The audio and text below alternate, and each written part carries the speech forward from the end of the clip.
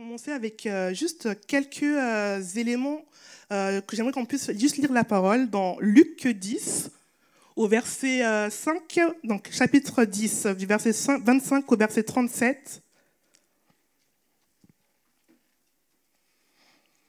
Un spécialiste de la loi se leva et lui dit, pour le mettre à l'épreuve, « Maître, que dois-je faire pour hériter la vie éternelle ?» Jésus lui dit, « Qu'est-il écrit dans la loi? Comment lis-tu » Il répondit, « Tu aimeras le Seigneur ton Dieu de tout ton cœur, de toute ton âme, de toute ta force et de toute ton intelligence, et ton prochain comme toi-même. » « Tu as bien répondu, » lui dit Jésus. « Fais cela et tu vivras. » Mais lui voulut se justifier et dit à Jésus, « Et qui est mon prochain ?» Jésus reprit, « Un homme descendait de Jérusalem à Jéricho. Il tomba aux mains de bandits qui le dépouillèrent, le rouèrent de coups et s'en allèrent en le laissant à demi-mort. Par hasard, un prêtre descendait par le même chemin. Il le vit et passa à distance. Un lévite arriva de même à cet endroit. Il le vit et passa à distance. Mais un Samaritain qui voyageait arriva près de lui et fut ému lorsqu'il le vit.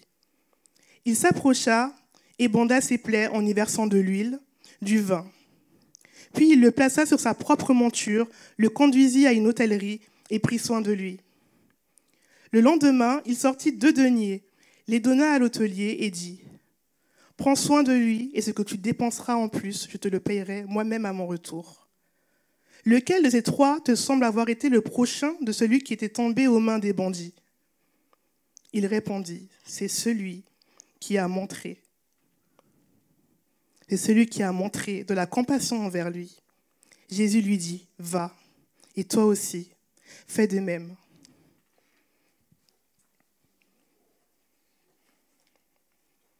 Ce qui saute aux yeux dans l'évangile de Luc, c'est le regard qu'il porte sur les opprimés et les persécutés.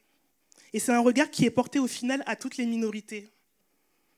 Il parle des pauvres, des déshérités et des femmes principalement.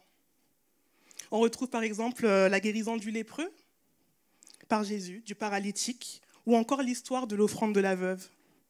Et on y voit également dans ce livre un focus tout particulier, et on en a parlé tout à l'heure, sur la douceur, la bonté, l'amour et la miséricorde de Jésus. Et c'est ce que nous allons étudier aujourd'hui dans la parabole du bon Samaritain. Donc, je vous invite juste à vous imaginer dans une salle de cinéma et nous sommes en train de regarder un film. Et dans cette histoire, il y a 3 plans. Et dans ce premier plan, il y a le dialogue d'abord entre le spécialiste de la loi et Jésus. Dans ce deuxième plan, il y a cette parabole qui est racontée par Jésus, où ça met en évidence plusieurs personnages, donc un homme, des brigands, le prêtre et le lévite, et le samaritain. Et dans ce troisième plan, il y a la finale, la morale de l'histoire, avec cette parole de Jésus à la fin. Dans cette parabole, Jésus nous invite à nous arrêter sur 2 personnages en particulier, qui sont le prêtre et le lévite. Donc là, je vous rappelle l'histoire.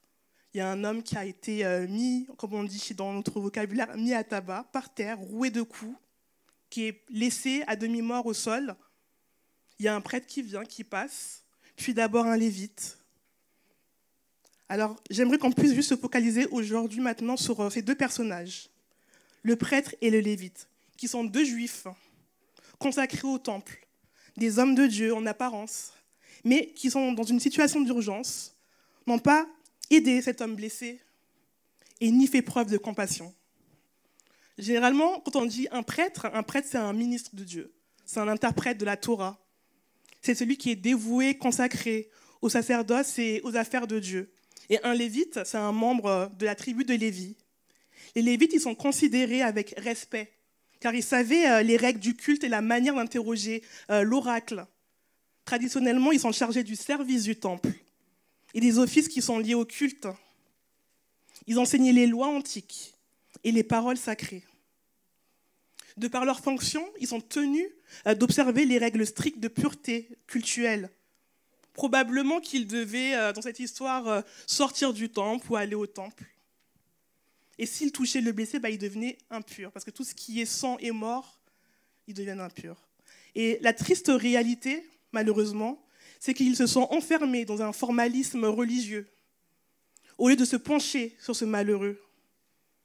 Et le titre de ce premier point, qui était la vigueur du credo et l'anémie de l'action, on le retrouve dans un livre que Martin Luther King a écrit, La force d'aimer. Je vais vous lire la citation. « Beaucoup d'entre nous sont tragiquement divisés par une schizophrénie tenace. D'une part, nous professons fièrement certains principes sublimes et nobles, mais d'autre part, nous pratiquons pitoyablement l'exacte antithèse de ces principes. Trop souvent, nos vies se caractérisent par la vigueur du credo et l'anémie de l'action. » J'aime beaucoup cette citation parce que je trouve qu'il est très cash quand il parle. Il a quand même parlé de l'anémie de l'action. Il donne l'image un peu, vous savez, c'est-à-dire quoi l'anémie quand on, on a un manque de fer et ça nous paralyse pour faire quelque chose, même pour marcher. Et il donne vraiment cette image forte pour dire que les chrétiens d'aujourd'hui font un constat en disant que voilà, nous avons ici cette Bible, cette parole qui a été révélée avec les valeurs que Jésus nous a données. Et qu'est-ce qu'on fait de cette parole en fait ? Qu'est-ce qu'on fait de cette parole ?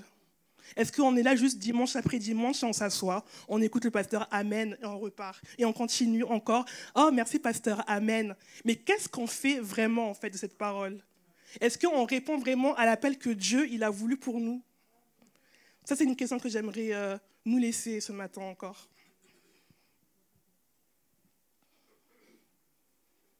Et à travers cette image, je trouve qu'il y a deux réalités. Il y a une église qui est en action, en mouvement dans ce monde, qui agit. Et l'autre réalité que je peux remarquer aussi, c'est qu'on a une église qui est presque muette, indifférente aux réalités de ce monde. Et dans laquelle Jésus nous appelle à être des témoins de son amour, de sa justice, de sa sainteté, de sa vérité. Et malheureusement, parfois, j'entends trop souvent dire « Ah, tout ce qui est action sociale, c'est pour quelques-uns. » Alors que c'est pour toute son Église. Toutes les personnes qui sont dans l'Église sont appelées à faire des choses, à être en mouvement, en action. J'aimerais vous donner un exemple d'un gynécologue congolais qui s'appelle Denis Mukwege. C'est un homme qui, à la base, est gynécologue. Il a fait une formation médicale. Et donc, quand il a fini ses études, il est parti au Congo pour pouvoir faire son métier. Et il s'est rendu compte, dans le centre où il était, qu'il y avait de plus en plus de femmes qui venaient avec leur appareil génital qui était assez détruit. Il n'avait jamais vu une horreur pareille, en fait. Et ça s'est transformé de 10 personnes à 100 personnes, de 100 à des milliers. Je ne sais pas si vous vous imaginez. Des personnes violées, massacrées avec des machettes, des enfants violés à 6 mois. Cet homme, c'est un fils de pasteur. Et durant ses études de médecine aussi, il a fait une formation pastorale.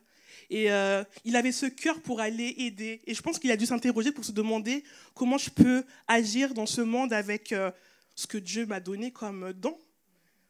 Donc il était en Belgique et il est reparti dans son pays pour aller créer un centre qui s'appelle City of Joy, qui est à Goma. Et en fait, là-bas, il y a une guerre qui sévit depuis 30 années. Et là-bas, il a pu réparer plusieurs femmes, plusieurs enfants également, qui ont eu aussi des enfants de leurs propres agresseurs également. Et moi, quand je vois ça, ça me touche le cœur. Je pense que le Seigneur est très touché quand il voit ces actes de compassion. Et je voudrais vraiment nous interpeller à nous dire que nous devons vraiment agir dans ce monde avec ce que Dieu nous a demandé à faire. Donc la réponse, le message, peut-être qu'on pourrait se demander, c'est que nous devons, en tant que chrétiens, être cette flamme qui porte la lumière de Jésus, qui incarne ses valeurs. Car le cœur de Dieu, c'est vraiment de se dresser contre l'injustice sociale. Vous pouvez retrouver les références derrière dans Ésaïe 61:8, Romains 9:14, Deutéronome 32:4, Ésaïe 58:6, et encore, il y a tellement de passages où le Seigneur parle des injustices. Et je pense qu'il y a une lecture autre aussi qui peut être apportée dans notre vision de chrétien dans ce monde, parce que je suis image de Dieu. Parce que je suis à l'image de Dieu, je dois accueillir toute personne, et je dis bien toute personne humaine, dans l'amour et la dignité. Puis Jésus il continue, il nous invite dans cette parabole à nous intéresser à un autre personnage, qui est le bon samaritain. Généralement, quand on dit de quelqu'un que tu es un bon samaritain, on dit que c'est quelqu'un qui a de la compassion, qui a de l'empathie. Mais hormis cette expression, il faut savoir qu'un samaritain, c'est un habitant de la Samarie. Les samaritains, ils sont considérés par les juifs comme des pestiférés, en fait. En fait, c'était un peuple qui avait un sang mêlé, en fait, avec lesquels les juifs n'avaient aucun rapport, et ça date depuis des siècles, ça dure depuis très longtemps. Et pour les juifs, les samaritains, ce sont de mauvais croyants par excellence, en fait. Et qu'à la limite, il fallait même mieux traîner avec un incroyant qu'avec un samaritain. Et il faut savoir que dans le judaïsme de l'époque, il existait plusieurs courants de judaïsme. En effet, le samaritain, il représentait en fait aussi une forme de judaïsme. C'est comme on pourrait dire un chrétien protestant, un chrétien catholique. Voilà. Et le samaritain n'était pas accepté dans cette forme de judaïsme.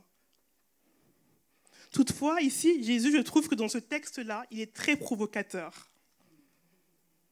Il est en train d'enseigner aux spécialistes de la loi, il est en train tout simplement de lui dire que clairement, le samaritain, il a agi de manière plus morale que le prêtre et le lévite. Et ce qui est frappant dans le texte, c'est l'acte d'amour et de compassion que le samaritain il a adressé à l'homme blessé. Donc on va juste revenir au début du texte. Avec le premier plan en image, qui est le dialogue entre le spécialiste de la loi et Jésus.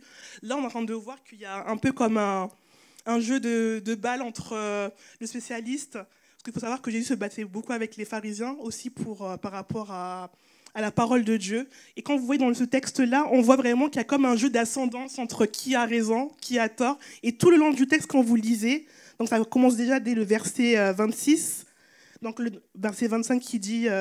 Alors, maître, que dois-je faire pour hériter la vie ?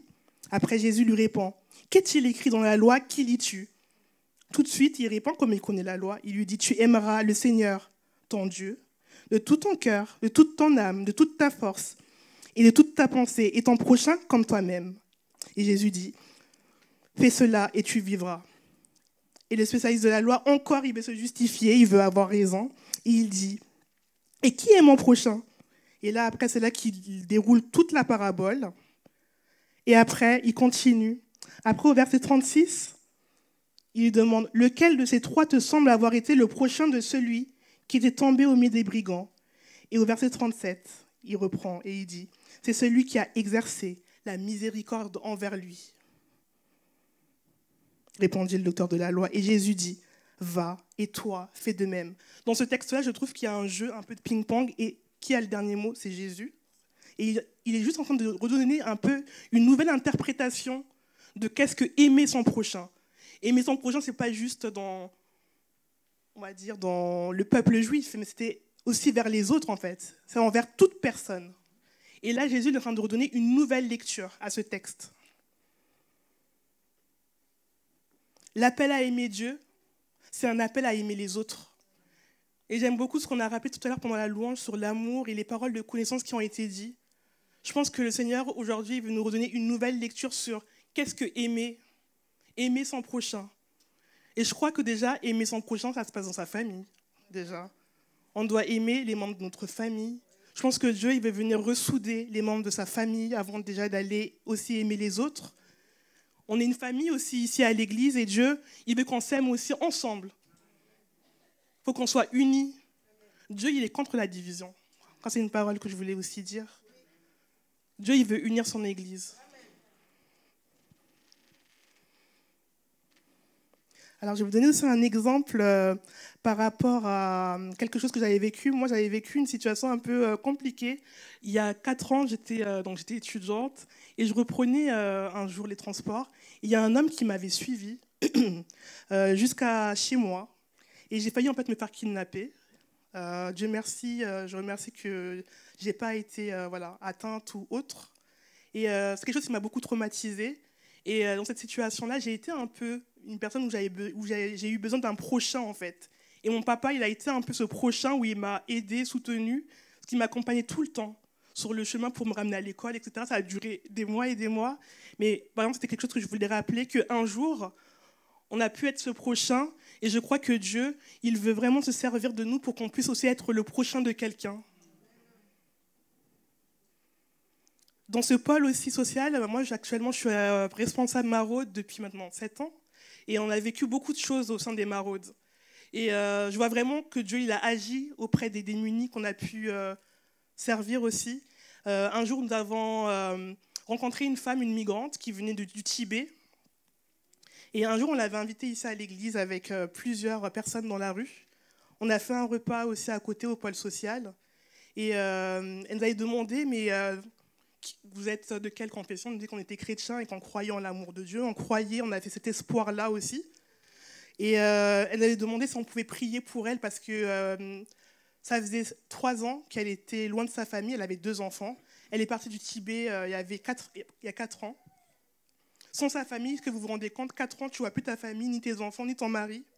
Et elle priait pour qu'au niveau des papiers, elle puisse se retrouver avec toute sa famille en France, en fait.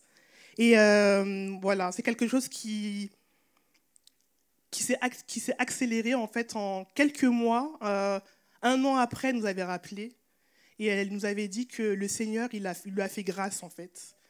Et que, je ne sais pas si vous vous rendez compte, quoi, en 6 mois, le Seigneur, il a accéléré le dossier. Son mari, ses 2 enfants étaient avec elle. Elle a pu trouver un travail alors qu'elle n'avait pas de papier. Et moi, je crois vraiment que c'est le Seigneur qui a fait une œuvre dans sa vie, en fait.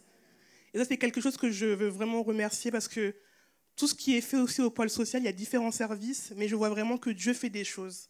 Ce n'est pas seulement en allant dire Jésus est grand dans la rue, mais on le fait par rapport à des actes d'amour, en fait, juste en servant comme ça jour après jour. Et moi, je veux vraiment aussi encore honorer tous les bénévoles qui servent en fait jour après jour depuis de nombreuses années ici. Et je sais que ça va encore continuer, que ça va encore s'amplifier selon ce que Dieu aura voulu.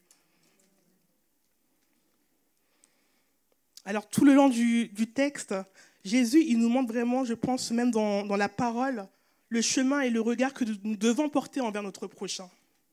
Être accueillant, bienveillant, tout simplement porter un regard d'amour envers notre prochain. Et nous sommes tous appelés à rebondir et à être en mobilisation dans ce monde. Et j'aimerais juste vous poser cette question. Est-ce que je suis vraiment le gardien de mon frère? Est-ce que je suis le gardien de ma sœur? Le chrétien, il n'agit pas pour être justifié devant Dieu. Mais c'est ma position qui est nouvelle en Dieu qui doit me pousser et qui se traduit par des actions justes envers les autres. Et en effet, pour reprendre ce point, mes actes justes ne me rendent pas juste aux yeux de Dieu, parce que seule la foi en l'œuvre de Jésus-Christ peut le faire. Les chrétiens ne sont pas les seuls à agir justement. Il y a aussi des hommes et des femmes qui n'ont pas la vie de Dieu en eux, mais qui s'opposent à l'injustice et qui se lèvent. Il y a des associations comme UNICEF. Mais pour moi, c'est juste aussi la marque que c'est aussi Dieu qui montre aussi ce témoignage aussi, même s'ils ne se rendent pas compte encore. J'aimerais prendre un exemple avec une sœur de cette église ici, qui s'appelle Jacqueline. Jacqueline, il faut savoir, moi je suis arrivée ici avec ma famille à Limay quand j'avais 7 ans. Et c'est une famille qu'on connaît depuis très longtemps, donc si belle, je vous affiche, Sylvie, etc. Je les connais très très bien. Et Jacqueline, c'est une femme qui très discrète aussi à l'église, et je trouve j'ai toujours trouvé qu'elle avait un grand cœur, en fait. Dans sa maison, ça sentait les épices, ça sentait la réunion. Quand on était petits, on allait cuisiner du poulet. Elle est géniale. Et elle est chrétienne ici, en fait, aussi, pour ceux qui ne savent pas. Et elle est famille d'accueil, en fait, pour l'aide sociale à l'enfance et à la protection judiciaire de la jeunesse. Et elle a accueilli beaucoup d'enfants dans sa maison. Et dans une aussi que je connais très bien, qui même encore aujourd'hui, ils ont encore des relations. C'est comme si c'était un membre de la famille, en fait, hein, carrément. Et j'ai toujours été épatée par ce cœur et je voulais juste l'encourager aujourd'hui pour lui dire merci pour ce qu'elle fait, parce qu'elle est en train d'exercer aussi ici, en travaillant, la pratique de la justice de Dieu, en fait. Et je voudrais juste l'honorer. Voilà.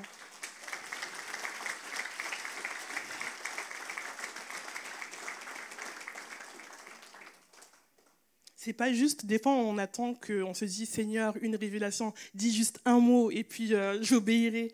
Mais en fait, des fois, Dieu, c'est même dans notre vie de tous les jours. Peut-être tu vas aller au travail, au métro, Et Dieu va t'intriguer, ah, tu dois aller, ah, tu vas faire ça. Donc c'est un appel de tous les jours.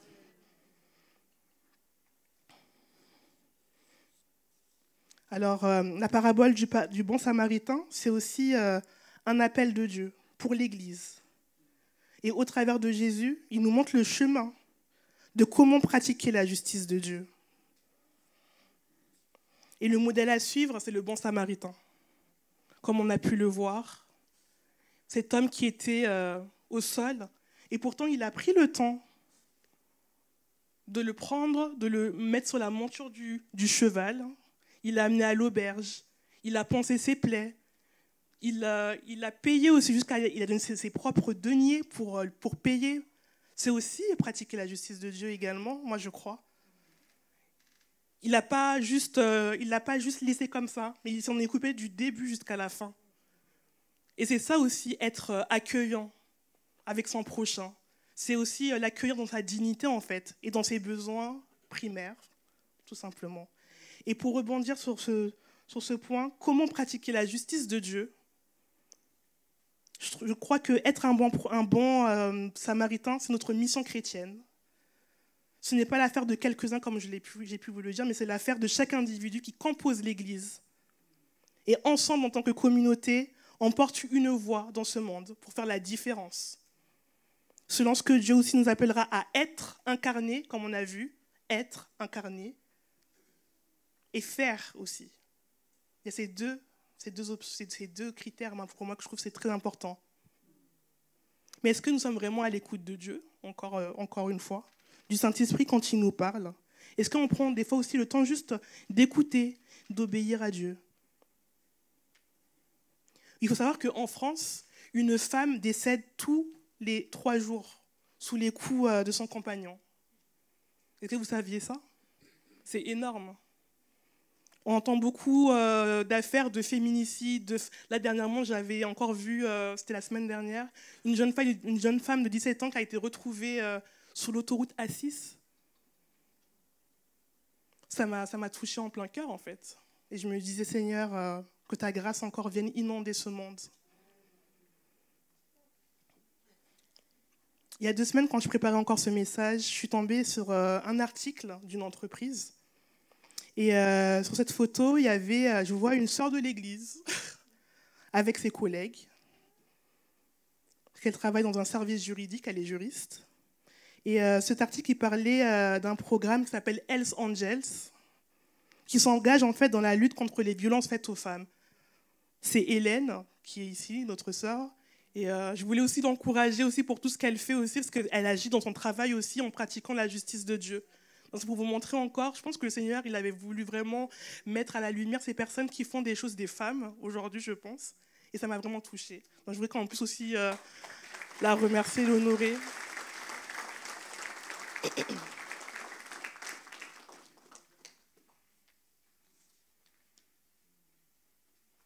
Alors, j'aimerais vous poser cette question. Qu'est-ce que la parabole du bon samaritain nous enseigne à nous aujourd'hui, chrétiens du XXIe siècle? Et comment, de manière pratique, on peut vraiment pratiquer la justice de Dieu en tant que communauté? Donc, je pense qu'en premier, c'est prier. C'est important d'avoir cette vie de prière, d'être en relation constante avec le Seigneur. En 2, on l'a vu tout à l'heure, c'est être, aimer, incarner et faire, agir, d'être en action. Et je crois que vraiment, Dieu appelle vraiment son Église à l'action, à la mobilisation. Et je voudrais juste présenter rapidement aussi le pôle social. Le pôle social, ça va faire 30 ans que ça existe, ça fait une trentaine d'années. Avant, ça s'appelait Phébé. Quand ça existait, en fait, c'était pour aider d'abord les chrétiens qui étaient en situation de précarité dans l'Église. Après, ça s'est étendu en fait, dans toute la ville de Mantes-la-Jolie, dans le Mantois, en fait. Et du coup, il y a plusieurs services qui se sont succédés les uns après les autres. Donc, il y a le comptoir alimentaire. Donc, tous les jeudis, il faut savoir qu'il y a des personnes à côté qui viennent servir au niveau du comptoir alimentaire, qui viennent récupérer un caddie au magasin et qui peuvent chaque semaine avoir un colis pour pouvoir manger, tout simplement. Ou récupérer aussi des colis bébés. Il y a un service de friperie également, à petit prix, c'est généralement 1 ou 2 euros. Il y a aussi le service maraude aussi qui c'est depuis peu aussi. il y en a encore plein, il y a plein de services. Et sa devise, c'est tant qu'il y a de la vie. Et le credo, c'est aider, aimer d'abord, aimer, aider et accompagner. Et ça, vraiment, c'est quelque chose que je veux que ça puisse s'imprimer dans notre cœur, en fait, encore aujourd'hui. C'est aimer. C'est ce premier mot qui me touche et qui doit vraiment toucher notre cœur en tant que chrétien, en fait. Alors, je vous repose encore la question. Et qui est mon prochain? Et qui est mon prochain? En fin de compte, quand on regarde l'histoire de la parabole du bon samaritain, on se rend compte que mon prochain, c'est celui en fait, qui se fait proche. C'est celui qui vient, c'est le suivant en fait. Mais est-ce qu'on se rend compte de ça? Des fois, nous sommes tellement dépassés par nos propres problèmes que, voilà, comme cette citation de Martin Luther King sur « on est comme anémie dans l'action, on ne fait plus rien ». Mais j'aimerais vraiment qu'il y ait un nouveau souffle dans l'Église, quelque chose qui se renouvelle ici. Et déjà, quand ça commence par s'aimer, les uns et les autres. Moi, en tout cas, quand je suis venue ici la première fois, c'est ça qui m'a toujours frappée. C'était quand je suis arrivée avec ma famille. Nous, ça faisait 15 ans qu'on était à l'église catholique, du coup. Et quand je suis arrivée ici pour la première fois, moi, ce qui m'avait vraiment touchée, c'était vraiment cet amour que les gens avaient, en fait. Cet accueil. Et c'est ça qui m'a le plus personnellement touchée. Et je me rappelle aussi qu'il y a 3 ans, quand on a invité les démunis à venir ici, moi, au début, j'avais eu peur. Je me suis dit, est-ce que l'Église, ils vont accueillir nos amis des rues? Parce que nous, on était habitués. Il y a des réalités qui sont vraies, il y a des odeurs de caca, il faut dire les choses. Mais nous, on a été habitués depuis des années, et j'avais vraiment peur que personne ne les touche. Et quand on les avait amenés ici, ils ont assisté au culte. À peine, ils ont mis leurs pieds. Toute l'église est venue, leur ont fait des bisous. Ils l'ont accueilli comme un frère et une sœur. Ils commençaient déjà à pleurer au bout de 3 minutes. Et j'étais en train de dire, mais qu'est-ce qui se passe là? Et c'est ça, en fait, moi, en tout cas, c'est cette église-là que j'aime voir, c'est l'amour, vraiment, et de continuer sur ce chemin, en fait, d'accueillir chacun comme il est, en fait. Voilà.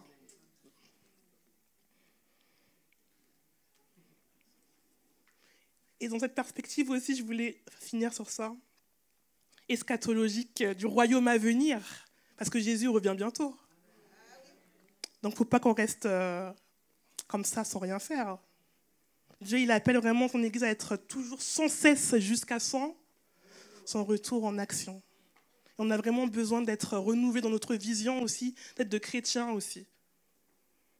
Donc, je vous invite à vous lever et j'aimerais qu'on puisse vraiment prier ensemble. Je trouve que le dimanche, c'est un temps, on est tous en communauté, tous ensemble pour prier. Peut-être que des fois, les mardis, on n'est pas forcément tous ensemble. Et j'aimerais qu'on puisse vraiment prendre le temps de prier pour des sujets de prière.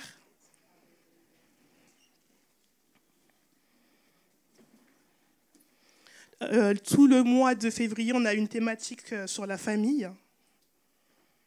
Et je crois qu'une église en bonne santé, ce sont des familles en bonne santé. C'est des individus qui la composent aussi individuellement qui sont en bonne santé. Notre prochain, c'est la famille déjà aussi. Donc pour clore même cette thématique aussi, j'aimerais vraiment qu'on puisse se donner la main et prier. Je ne sais pas si, quand j'ai préparé ce message, j'ai reçu des paroles très fortes sur les choses qui divisent notre cœur. Qu'aujourd'hui, ça soit vraiment un temps où vous relâchiez, en fait, même de demander pardon, en fait. Je ne sais pas si vous êtes en froid avec quelqu'un dans votre famille, dans l'église, mais en tout cas, quand j'avais reçu, c'était très, très fort. Dieu, il va vous amener sur ce nouveau cheminement avec vous. Et il va vous accompagner, en fait. Je vais vous laisser juste un temps de silence déjà pour commencer à examiner votre cœur déjà. Est-ce que le Saint-Esprit vous montre quelque chose par rapport à ça, c'est entre vous et Dieu? Et après, dans la semaine, même aujourd'hui, si vous sentez que vous devez aller relâcher le pardon, parce que je crois que aussi être un bon samaritain, c'est être un artisan de paix. C'est un moment de se dire aussi, ok, Seigneur, c'est vrai qu'il y a des choses que je ne comprends pas. Ça peut être dur, mon cœur il peut être très tiraillé, Seigneur, mais je te prie vraiment que tu puisses m'aider, Seigneur, à pardonner. Ça peut être un frère, une sœur, ta propre maman, ton papa, ça peut être ta tante aussi, ta femme, ton mari.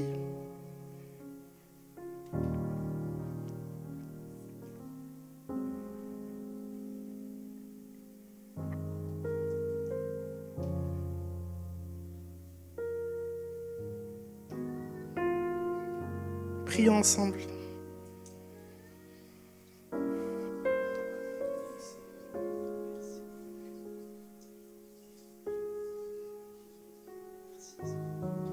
Seigneur, nous te remercions pour qui tu es, Seigneur Jésus. Seigneur, je te prie que tu viennes redonner un nouveau souffle à notre Église, Seigneur Jésus.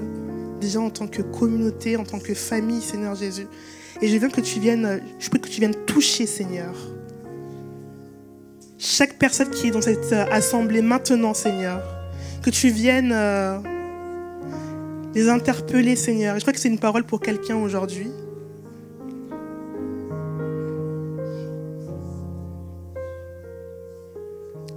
Gloire à Dieu. Amen. J'aimerais qu'on puisse prier pour la direction de Dieu aussi dans l'action sociale pour notre pays. En tout cas, nous sommes en France. Pour nos autorités. Pour ce monde aussi au niveau... Voilà. Prions pour cela. Père éternel, merci encore pour ce que tu fais.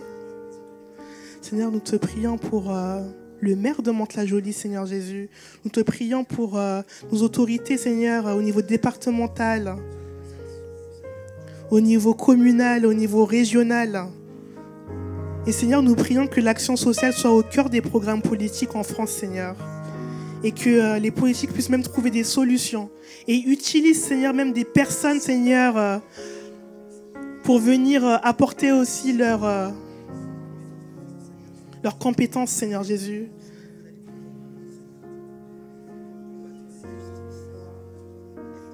Amen.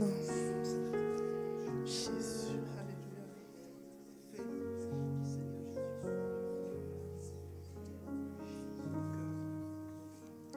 J'aimerais qu'on prie aussi pour que les chrétiens soient acteurs dans l'action sociale, que l'Église soit vraiment la manifestation de l'amour de Dieu envers notre prochain.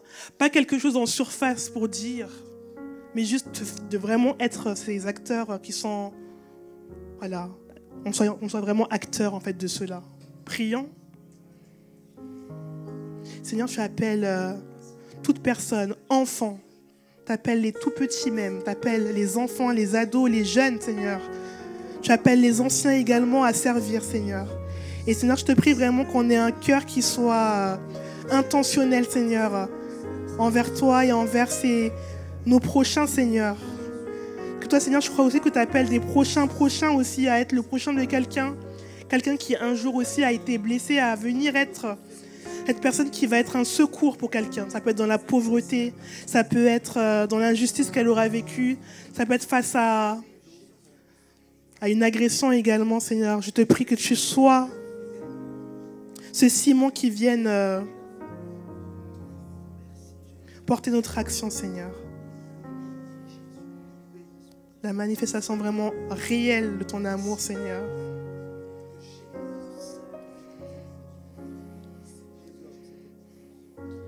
Amen. Et j'aimerais qu'on prie pour les victimes d'injustice sociale. Toutes sortes d'abus, en fait. Ça peut être des viols. Quand je priais, j'ai reçu des personnes qui ont vécu des abus. C'était même des hommes. Parce que ça, c'est quelque chose qui peut être tabou, parce qu'on met souvent les femmes devant. Mais j'aimerais aussi qu'on puisse prier pour que ce soit les femmes et les hommes, qu'on puisse prier pour toutes ces personnes qui ont vécu des injustices de toutes sortes. Mais il y avait vraiment un focus sur l'abus, des violences sexuelles également, des viols. Que le Seigneur puisse vraiment restaurer, Seigneur, ces personnes. Prions. Seigneur, merci. Nous te remercions pour qui tu es, Seigneur. Je te prie que tu viennes toucher toutes les personnes, toutes les victimes d'injustice sociale qui parfois même, Seigneur, refusent ce terme de victime. Mais Seigneur, toi, à tes yeux, ce sont tes enfants, Seigneur. Alors Seigneur, viens porter un regard nouveau, Seigneur, et que l'Église puisse être, Seigneur, ce prochain pour cette personne, dans l'amour, dans l'accueil, dans la bienveillance. Même si, Seigneur, on ne saura pas forcément qu'est-ce que la personne aura subi, mais Seigneur, je crois que tu peux guérir, Seigneur, les personnes. Tu l'as déjà fait. Merci, Seigneur, pour ce que tu vas encore faire.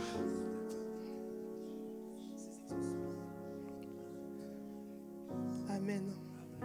Et pour ce dernier sujet de prière, j'aimerais qu'on prie. En fait, on a parlé tout à l'heure des personnages, le samaritain, le prêtre, le lévite, le spécialiste de la loi. Il y a aussi le brigand, les brigands.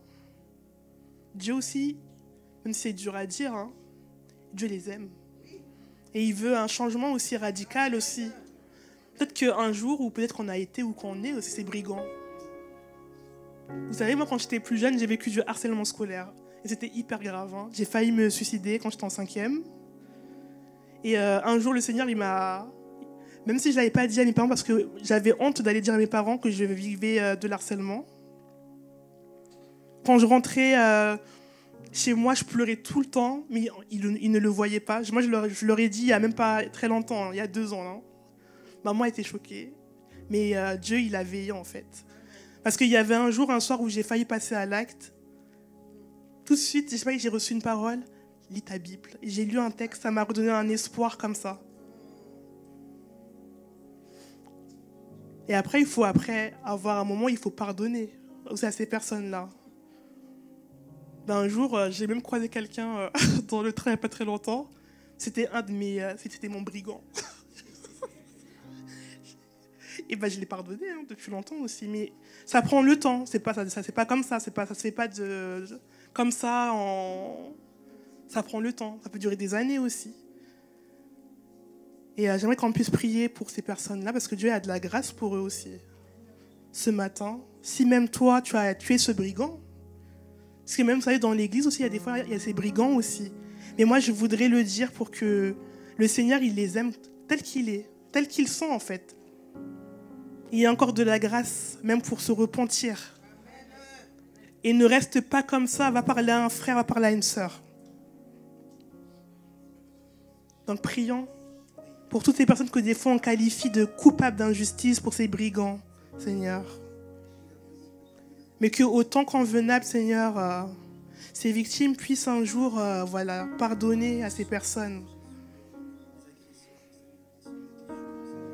Parce que le pardon, on ne le donne pas pour, Seigneur, c'est aussi pour être libre aussi, Seigneur, et de ne pas être dans cette attitude où on va être tout le temps énervé, tout le temps dans la confrontation. Mais Dieu, il veut nous libérer de ce joug également. Donc prions pour cela. Que l'Église puisse vraiment lever sa voix pour ça. Seigneur, merci pour ce que tu fais. Merci pour ce que tu permets, Seigneur Jésus. Seigneur, je te remercie pour ce que tu es en train de faire, une action nouvelle dans cette assemblée, Seigneur. Et on veut prier pour les personnes qui ont vécu, Seigneur, ces injustices. Mais Seigneur, aussi pour ce regard porté aussi sur ce brigand, Seigneur, qui sont qualifiés des fois par la société. Et des fois, c'est pas facile, Seigneur, de porter ce regard, Seigneur. Mais donne-nous, Seigneur, un jour de pouvoir porter ce regard d'amour, Seigneur, de bienveillance également, Seigneur. Merci pour ce que tu es en train de faire dans l'Église, Seigneur Jésus, de l'unifier, de la fortifier, Seigneur Jésus.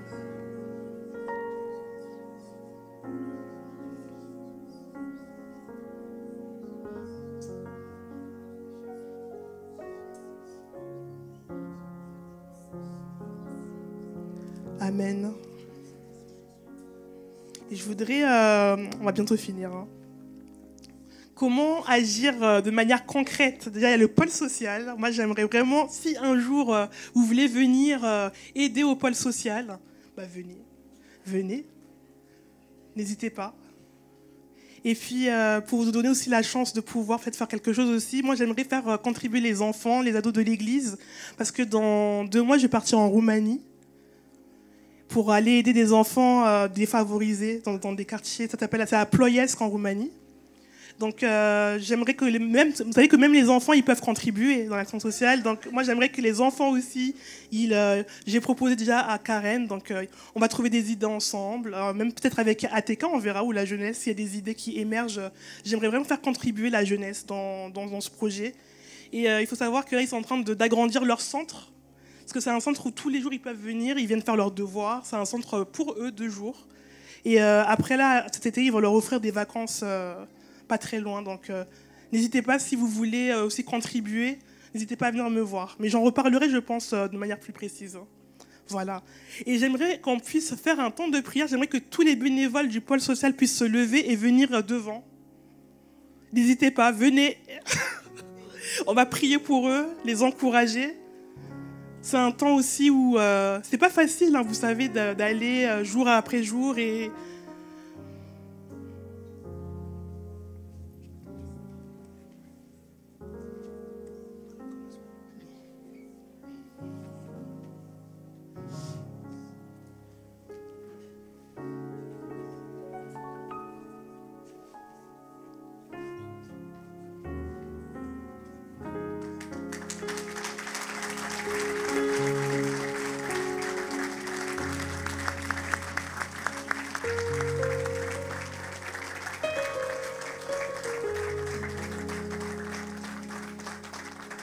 c'est pas facile. Moi, depuis que j'ai 16 ans, je vois qu'il y a les mêmes visages qui servent jour après jour. Moi, je suis toujours ébahie par voir cette constance dans le temps. En fait. Et moi, je prie vraiment de continuer comme ça. Parce que vous êtes des modèles aussi. Donc, merci de nous inspirer. Nous, les jeunes aussi. Donc, est-ce qu'on peut se lever et prier pour eux également ? Pour que Dieu aussi les fortifie. Et je prie que... je sais que dans l'église, il y a d'autres personnes aussi qui servent dans d'autres choses aussi. Mais là, c'est pour le pôle et j'aimerais vraiment qu'on puisse prier pour nos bénévoles, nos frères et sœurs. Et il faut savoir qu'il y a des bénévoles aussi qui ne sont pas forcément chrétiens, hein, et qu'on puisse penser à eux aussi dans la prière aussi. Vous savez, ici, à Mantes, on sert avec aussi les communautés musulmanes, laïques aussi, voilà. Et là, en ce moment, à Mantes-la-Jolie, ce qu'on fait, c'est que j'apprécie beaucoup ce qu'ils font en ce moment, c'est de rassembler toutes les associations pour trouver des idées. Et on est tous ensemble et on essaie de trouver des solutions. Et moi, je crois que Dieu, il fait une œuvre comme ça, au travers de chaque personne. Donc, allons-y, prions ensemble. Amen. Seigneur, nous te remercions pour tous les services, Seigneur, du pôle social, Seigneur Jésus. Ça va faire bientôt, ça fait une 30aine d'années, Seigneur, que tu agis ici à Mantes, Seigneur. Et tous ces services qui sont là et qui permettent d'aller servir notre prochain, Seigneur, de manière concrète, Seigneur, et d'aller encore plus loin dans ce qu'on fait, Seigneur Jésus. Et je te prie de venir fortifier tous les bénévoles du pôle social qui chaque matin se lèvent, ont des idées pour aussi améliorer la condition de vie de ces personnes que parfois on qualifie de victimes. Mais Seigneur, nous, on les voit comme nos frères et sœurs en humanité et on veut vraiment... continuer à te servir et nous prions qu'il y ait vraiment une semence nouvelle encore ce matin et que 2024 soit une année où on va contribuer encore et encore selon, Seigneur, ce que tu voudras nous mettre sur ce chemin.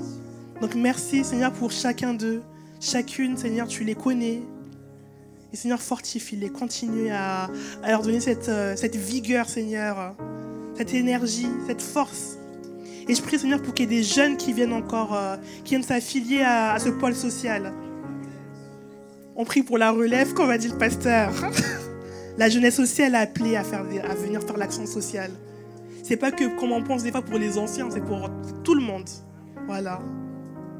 Amen.